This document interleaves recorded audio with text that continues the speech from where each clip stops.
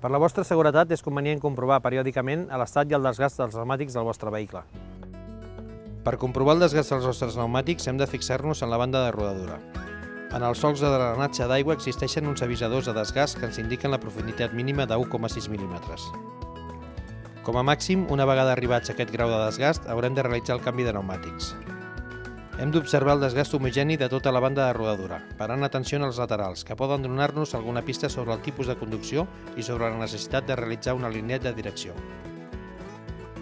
També és important comprovar l'estat dels laterals per concretar la vida i estat del pneumàtic.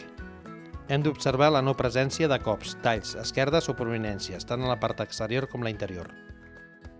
Recomanem la verificació en un taller o per algun professional, ja que la part interior del pneumàtic no és de fàcil comprovació i se'ns pot passar per alt algun símptoma de deteriorament. S'ha de verificar habitualment la pressió dels pneumàtics. Les pressions correctes han de ser les prescrites pel fabricant, depenent de la posició, les mesures del pneumàtic i càrrega del vehicle. Sempre podrem consultar les pressions a la placa informativa que els fabricants incorporen en els bars de porta o a la tapa de combustible.